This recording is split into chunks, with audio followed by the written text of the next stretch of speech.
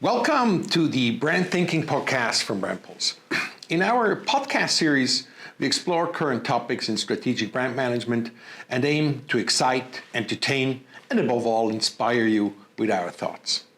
My name is Thomas Ramseier, and I am the founder and CEO of Brandpulse, one of the leading branding agencies in Switzerland. Today, I'm talking about a branding trend that I believe will represent a major business opportunity for many companies and will probably change our understanding of the brand function in the long term. It's about breaking away from conventional brand categories.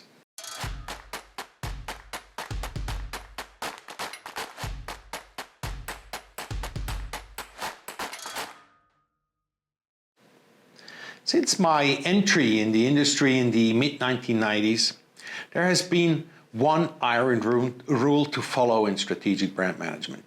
Successful brands stand for a clear competency, and whoever dilutes this competence by expanding their range of products and services should be warned. Rolex stands for sporty luxury watches, Volvo stands for safe automobiles, Nike stands for rebellious sportswear, Bulgari stands for luxury jewelry, and so on and so on. The rule is defined by the US University of Creighton as follows. Brand categories are generic classifications of products or services. Similar and competing products all fall into the same brand category. They help customers understand which product category the particular brand belongs to and which products and services are sold under that brand name. With their ambitious growth objectives, many brands have repeatedly tried to enter new markets via sophisticated diversification strategies and related brand stretching attempts. Unfortunately, many of these attempts ended in disaster. Volkswagen's attempt to enter the automotive luxury class with the Phaeton failed after only a few years. No one wanted to buy a Volkswagen for over 100,000 euros.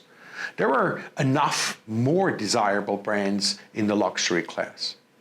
Today, the Phaeton is considered one of the most loss-making passenger car models of the recent past. Nivea was forced to abandon its venture into the makeup business a few years ago. The sexiness of decorative cosmetic has nothing to do with Nivea's care brand competence. BIC, the manufacturer of disposable ballpoint pens, lighters and razors, had to recognize that a newly launched underwear line had no connection to its brand competence. The products quickly disappeared from the market. Many product line extensions in recent decades have failed because the iron rule of brand competence was not observed. For some years now, however, there has been one segment that has consistently disregarded this principle and has thus enjoyed great success: the luxury goods industry.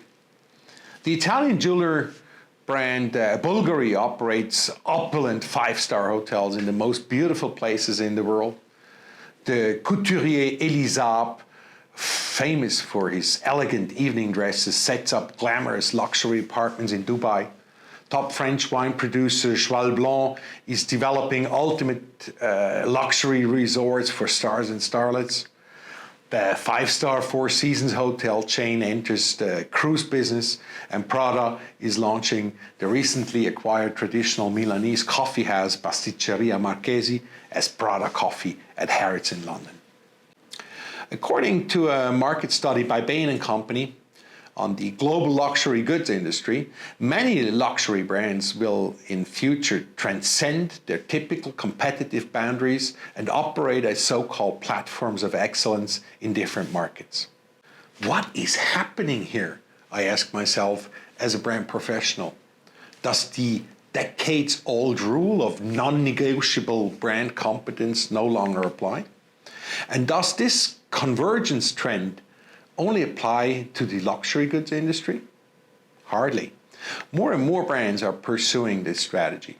Red Bull is not just an energy drink, but acts as an organizer of breathtaking extreme sport events and is very successfully involved in Formula One with 2 teams.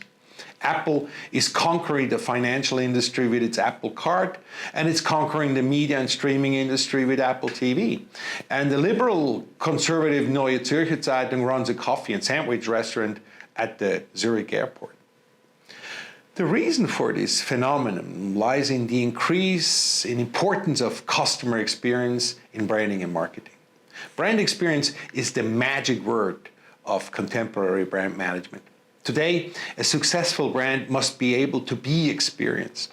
And this experience is no longer limited to a monothematic offer in the sense of a brand competence. Lifestyle is in, and it is becoming a driver in many industries where the topic previously had little significance. Swiss private banks are hiring former marketing teams from luxury watch brands.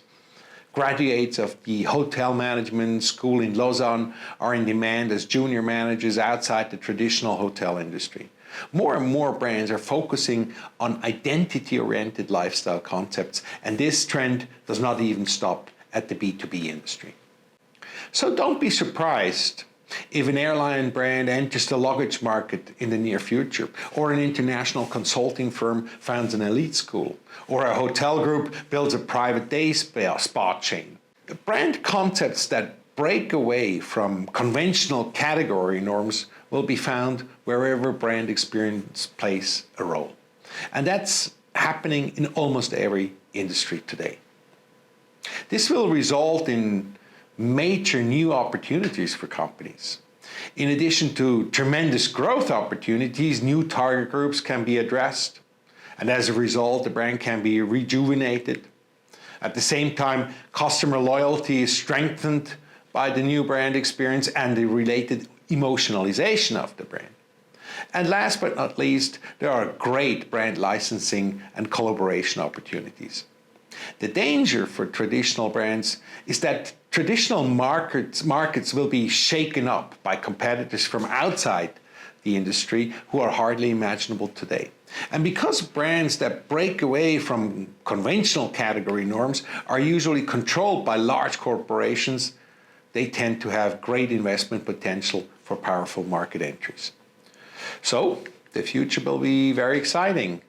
In any case, I wish you every success in breaking away from your brand category norms, and I'm looking forward to a lively discussion on this topic. I look forward to welcoming you back to the Brandpulse Brand Thinking podcast soon, and thank you for your attention.